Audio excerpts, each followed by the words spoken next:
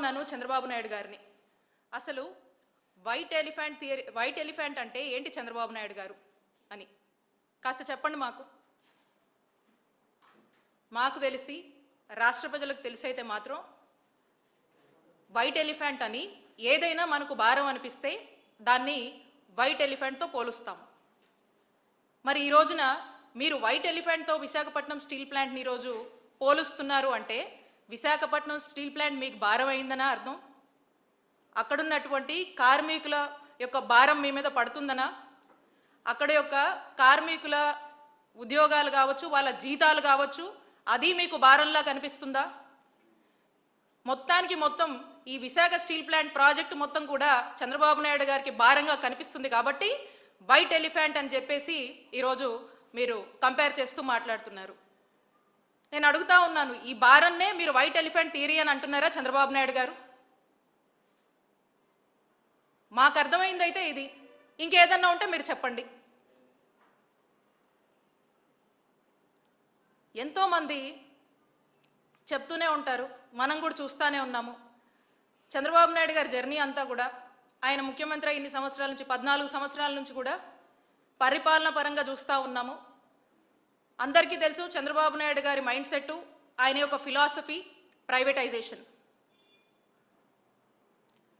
ఇక ఒక ఫార్ములా ఎంచుకున్నారు, ప్రైవేటైజేషన్. ప్రతిదీ కూడా ఆయన అధికారంలోకి వస్తే, జనరల్గా ఏ ముఖ్యమంత్రి అయినా కూడా అధికారంలోకి వస్తే అక్కడ ఉన్నటువంటి ఆ గవర్నమెంట్ సెక్టార్ని, పబ్లిక్ సెక్టార్ని స్ట్రెంగ్తెన్ చేయాలి, ఆ పబ్లిక్ సెక్టార్ని బాగా చూసుకోవాలి, ఇంకా కావాల్సినటువంటి అన్ని విధాలుగా ఆ చక్కటి అడ్మినిస్ట్రేషన్ ఇవ్వాలి, ఉన్నటువంటి ఆ గవర్నమెంట్ సెక్టర్ని స్ట్రెంగ్తెన్ చేస్తూ ముందుకు వెళ్ళాలని చెప్పేసి అడ్మినిస్ట్రేషన్ ముందుకు వెళ్తుంది. కానీ చంద్రబాబు నాయుడు గారు అధికారంలోకి వస్తే మాత్రం అది చాలా డిఫరెంట్గా ఉంటుంది, రివర్స్గా ఉంటుందనే చెప్పాలి. ఎందుకనంటే ఆయన పబ్లిక్ సెక్టార్ని కిల్ చేయాలి, పబ్లిక్ సెక్టార్ని చంపేయాలి, ప్రైవేట్ సెక్టార్ని ఎంకరేజ్ చేయాలి. ఇది చంద్రబాబు నాయుడు గారి ఫిలాసఫీ. అందుకే అంటూ ఉన్నాను, చంద్రబాబు నాయుడు గారి నైజం ఎప్పుడు కూడా ఈ ప్రైవేటైజేషన్ అనేటువంటి ఒక ఫార్ములాలో ముందుకు వెళ్తూ ఉంటారు. అదే మనం ఇక్కడ కూడా చూస్తూ ఉన్నాము. ఎందుకంటే చంద్రబాబు నాయుడు గారు అనే వ్యక్తి he is pro private, not pro poor. ఎందుకని అంటున్నా అంటే, ఎప్పుడైనా వారి మాటల్లో మనం చూస్తూ ఉంటాము, నేను సంపద సృష్టిస్తా అంటారు. సంపద సృష్టించడం అంటే ఏంటి? ఇక్కడ ఉన్నటువంటి ఈ పేదవాళ్ళని కావచ్చు, రైతులను కావచ్చు, మరి ప్రభుత్వ రంగంలో ఉన్నటువంటి అన్ని డెవలప్మెంట్స్ని కావచ్చు, అన్నీ కూడా ఏదైతే ఈ ప్రజల తాలూకా ఆస్తులు, ప్రభుత్వంలోని ఆస్తులన్నీ కూడా ప్రైవేట్ వాళ్ళకు అప్పచెప్పడము, వాళ్ళు సొమ్ము చేసుకోవడం అనేదే సంపద సృష్టించడం. చంద్రబాబు నాయుడు గారి ఉద్దేశం అదే. ఇక మాట్లాడితే అంటారు, నేను పేదరిక నిర్మూలన కోసం పనిచేస్తానని అంటూ ఉంటారు చంద్రబాబు నాయుడు గారు. పేదరిక నిర్మూలన కోసం కాదు, పేదలనే నిర్మూలించేందుకు చంద్రబాబు నాయుడు గారు పనిచేస్తారు. అదే మనకు స్పష్టంగా అర్థమవుతుంటుంది.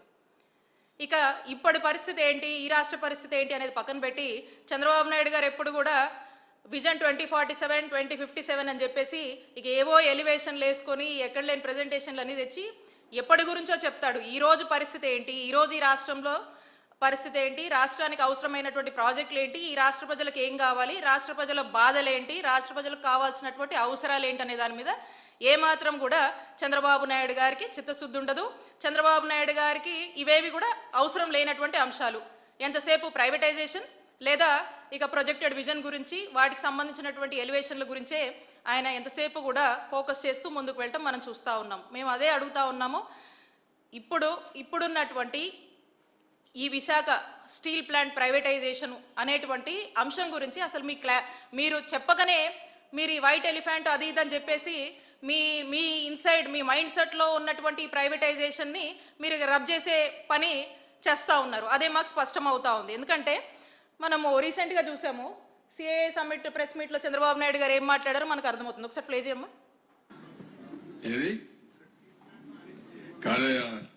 నువ్వు ఇంట్లో పడుకొని పని చేయకపోతే ఎట్లయ్యా?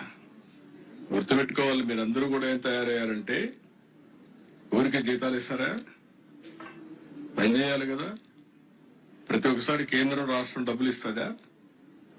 మీరు కూడా గుర్తుపెట్టుకోవాలి, పని చేయాలి. పని చేయకపోతే ఎన్నిసార్లు గవర్నమెంట్ ఎక్కడైనా డబ్బులు తెచ్చిస్తామండి? ఇది ట్యాక్స్ పేయర్స్ మనీ కదా. ఇది ఎఫిషియన్సీ ఉండాల్సిన పని లేదా? ఆంధ్రుల హక్కు, విశాఖ ఉక్కు. మనం పని చేయకుండా దాన్ని వైట్ ఎలిఫెంట్ మారి పెట్టుకుని కూర్చుంటారు ఇంట్లో. పని చేయించాలి. మనం కూడా పని చేయాలి, కష్టపడక్కర్లేదు. దాన్ని సిస్టమేటిక్గా రన్ చేసి ప్రొఫెషనల్గా రన్ చేస్తే అది వైబుల్ అవుతుంది ఆటోమేటిక్గా. కాబట్టి నువ్వు కూడా ఎంతో పని ఏమి అన్సెటిల్మెంట్ ఉంది దాంట్లో? ఎవరు చెప్పారయ్యా నీకు? ఎవడు చెప్పాడు? బుద్ధి ఉండాలి. ఏం తీసుకోవాలి? ఏం తీసుకుంటారు? 12,000 కోట్లు ఇస్తే ఏం తీసుకుంటారు? నీకు వచ్చి మీ ఇంటికి వచ్చి చెప్పాలా? నేను ప్రైవేటైజ్ చేయని ఎందుకంటే చెప్పాలి? తమాషాగా ఉంది మీకు. నేను కూడా చూస్తున్నాను కొంతమందిని కావాలని ఏదో కలపెడతానే ఉండాలని కలపెడతా ఉంటారు. వాళ్ళకి నేను పని లేదు. మొన్న ఇదే మరి నాకు అక్కడ ఒకటి జరిగింది. ఏ ఇండస్ట్రీ రానివ్వకుండా చేస్తే కెమికల్ ఫ్యాక్టరీలో పీడీ కింద పెట్టినాక అన్ని సెట్ అయిపోయినాయి. ఎత్తపై లోపలేస్తే ఇంక డిస్టర్బెన్సీ లేదు, అన్ని ఇండస్ట్రీస్ బాగున్నాయి, రాష్ట్రం కూడా బాగుంది. మీరు కూడా ఇవన్నీ గుర్తుపెట్టుకోవాలి. ఇది మొన్న సిఐ ప్రెస్ మీట్లో చంద్రబాబు నాయుడు గారు ఎన్నికల తర్వాత, అంటే సుమారు 2 సంవత్సరాలు అయింది వీళ్ళు అధికారంలోకి వచ్చాక, విశాఖ స్టీల్ ప్లాంట్ గురించి వైట్ ఎలిఫెంట్ థియరీ అని చెప్పి ఏ విధంగా మాట్లాడారో చూద్దాము. ఎన్నికల ముందు ఇదే చంద్రబాబు నాయుడు గారు ఏం మాట్లాడారు కూడా ఒకసారి చూద్దాం. ప్లీజ్ ఇమ్మా. నేను అడుగుతున్నా, విశాఖపట్నం ఆప్తనమితే మీరు ఉపేక్షిస్తారా తమ్ముళ్ళు అని అడుగుతున్నా. విశాఖపట్నం స్టీల్ సిటీని స్టోరన్ సిటీగా చేస్తే మీరు ఆమోదిస్తారా అని మిమ్మల్ని అడుగుతున్నా.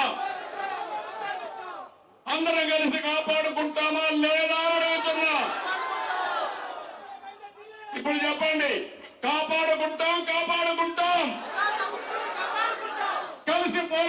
కలిసి పోరాడతాం అందరం ఒకటవుతాం, సంఘటన శక్తిగా తయారవుతాం. విశాఖపట్నం ఉక్కనేది మన ఆత్మ. విశాఖ ఉక్కు స్పష్టంగా ఎన్నికల ముందు చంద్రబాబు నాయుడు గారు ఒకలాగా, ఎన్నికల తర్వాత ఒకలాగా, అంటే అప్పుడు ఓట్ల కోసం ఒకలాగా, ఇప్పుడేమో గెలిచిన తర్వాత ముఖ్యమంత్రిగా మాట్లాడినప్పుడు ఒకలాగా, ఒక ద్వంద్వ వైఖరి అనేది కనపడుతూ ఉంది. అలాగే విశాఖ స్టీల్ ప్లాంట్కి చంద్రబాబు నాయుడు గారు ఏ విధంగా వెన్నుపోటు పొడుస్తున్నారు, విశాఖ స్టీల్ ప్లాంట్కి ఏ విధంగా చంద్రబాబు నాయుడు గారు ఉరేస్తున్నారు అనేది మనకు స్పష్టంగా అర్థమవుతా ఉంది. ఎందుకంటే మనం ఈ రెండిట్లో మనం చూసాము. వారు ఏం మాట్లాడుతూ ఉన్నారు? చంద్రబాబు నాయుడు గారు ఒక విలేకరన్న ఈ విశాఖ స్టీల్ ప్లాంట్ ప్రైవేటైజేషన్ గురించి ఏంటని చెప్పి మీ స్టాండ్ ఏంటని వారి మాటల్లో చంద్రబాబు నాయుడు గారిని అడిగితే, ఆ విలేకరిని నీ చెవులో చెప్పాలా, మీ ఇంటికి వచ్చి చెప్పాలా, ఇంట్లో కూర్చొని వీళ్ళు తిని పడుకుంటే సరిపోద్దా అని కార్మికుల్ని ఎంత చిన్న చూపు చేసి కార్మికుల్ని ఏ విధంగా అవమానించారు. అలాగే ఆ ప్రశ్న అడిగినటువంటి విలేకరిని బెదరగొడుతూ అతన్ని ఒక రకంగా అసలు ఈ ప్రశ్న అడగడం ఏంటి అన్నట్టుగా, నా ఇష్టం అన్నట్టుగా ఏ విధంగా చంద్రబాబు నాయుడు గారు మరి మాట్లాడారో మనకు అర్థమవుతా ఉంది. అంటే దీన్ని బట్టే మనకు స్పష్టంగా అర్థమవుతుంది, ఓట్ల కోసమేమో ఎంతవరకైనా పోరాడతాము, విశాఖ ఉక్కు ఆంధ్రుల హక్కు అని చెప్పి ఆయనే చెప్తున్నాడు ప్రజలతో. దీని ప్రైవేటీకరణకు వ్యతిరేకం అని మాట్లాడాడు. ఇప్పుడు వచ్చేసి మరొక వైట్ ఎలిఫెంట్ థియరీ అని చెప్పేసి మళ్ళీ దాన్ని ప్రైవేటైజేషనే తన అభిప్రాయంగా ఒక థియరీని తీసుకొచ్చి దాన్ని ఈ విధంగా మాట్లాడుతూ ఇవే ఆయుధాలు కేంద్రానికి అందిస్తున్నాడు. అంటే చంద్రబాబు నాయుడు గారే ఈ విశాఖ స్టీల్ ప్లాంట్కి ఉరేస్తూ మరి ఆ ఉరితాడిని ఆయుధంగా కేంద్ర ప్రభుత్వానికి అందజేస్తూ ఇక మీరు లాగండి చచ్చిపోద్ది ఈ విశాఖ స్టీల్ ప్లాంట్ అని చెప్పకనే చెప్తా ఉన్నాడు. అదే ఈ వైట్ ఎలిఫెంట్ థియరీగా మనకు అర్థమవుతా ఉంది. మీరు చూసినట్టయితే మా నాయకుడు జగన్మోహన్ రెడ్డి గారు 2021లో నరేంద్ర మోడీ గారికి ఈ విశాఖ స్టీల్ ప్లాంట్ పట్ల మా నాయకుడు జగన్మోహన్ రెడ్డి గారికి ఉన్న చిత్తశుద్ధి మీకు చెప్తాను. జగన్మోహన్ రెడ్డి గారు నరేంద్ర మోడీ గారికి లేఖ రాసి, ఈ లేఖలో స్పష్టంగా వారు ఏమన్నారంటే, ప్రైవేటుకు వద్దు, విశాఖ ఉక్కుపై ప్రధాని మోదీకి నాటి సీఎం జగన్మోహన్ రెడ్డి గారి లేఖ. రాష్ట్రానికే అది ఆభరణం, దాన్ని కాపాడుకుంటాం. సంస్థ పునరుద్ధరణకు ప్రత్యామ్నాయ మార్గాలు చూడాలి. కేంద్రంతో కలిసి పనిచేయడానికి మా ప్రభుత్వం సిద్ధంగా ఉంది. దీర్ఘకాలం పోరాడి సాధించుకున్న ప్లాంటు ఇది 2002 నుంచి 2015 వరకు సంస్థ లాభాల్లోనే ఉంది. సొంత గన్ను లేకపోవడం, వ్యయం పెరగడంతో లాభాలు తగ్గాయి. పెట్టుబడులు ఉపసంహరణ కన్నా అండగా ఉండి చేయూతనివ్వండి. ప్లాంట్ తప్పకుండా లాభాల బాట పడుతుంది. సొంత గనులు కేటాయిస్తే ఉత్పత్తి వ్యయం తగ్గుతుంది. రుణాలను ఈక్విటీలుగా మారిస్తే వడ్డీ భారం ఉండదు అని చెప్పి ఇలాంటి కీలకమైనటువంటి అంశాలన్నీ కూడా మరి మా నాయకుడు జగన్మోహన్ రెడ్డి గారు ఆనాడు ప్రధానమంత్రి మోడీ గారికి ఈ లేఖ రాసి ఇంకా మేము ఏదన్నా కొన్ని అంశాల్లో సపోర్ట్గా ఉన్నాము. అయినప్పటికీ కూడా ఈరోజు మీరు పొత్తులో ఉండి కూడా ఈరోజు మీరు కేంద్రానికి ఏం సంకేతాలు పంపిస్తున్నారు? విశాఖ స్టీల్ ప్లాంట్ని ఈరోజు చంపే ప్రయత్నం చంద్రబాబు నాయుడు గారు చేస్తున్నారు. అదే మా నాయకుడు జగన్మోహన్ రెడ్డి గారికి ఒక దమ్మున్న నాయకుడు, ఒక చిత్తశుద్ధి ఉన్నటువంటి నాయకుడు, ఆంధ్రుల హక్కు ఆంధ్రుల ఊపిరిగా ఉన్నటువంటి ఈ విశాఖ హుక్కుని కాపాడుకుందాం, ఈ స్టీల్ ప్లాంట్ ప్రాజెక్ట్ని కాపాడుకుందామని అన్ని విధాలుగా ప్రయత్నం చేసి పలుసార్లు దీని గురించి ఫాలో అప్ చేస్తానే ఉన్నారు. అలాగే అంతేకాదు ఈ లేఖనే కాదు, ప్రధాని మోడీ గారు వచ్చినప్పుడు విశాఖలో జరిగినటువంటి ఒక సభలో కూడా ఈ వైజాగ్ స్టీల్ ప్లాంట్ని ప్రైవేటీకరించొద్దని, ఆ విషయంలో తన యొక్క రిక్వెస్ట్ని సానుకూలంగా స్పందించాలని కోరారు. అలాగే తమకు రాష్ట్ర ప్రయోజనాలే ముఖ్యమని జగన్మోహన్ రెడ్డి గారు ఆ సభలో కూడా చెప్పడం జరిగింది.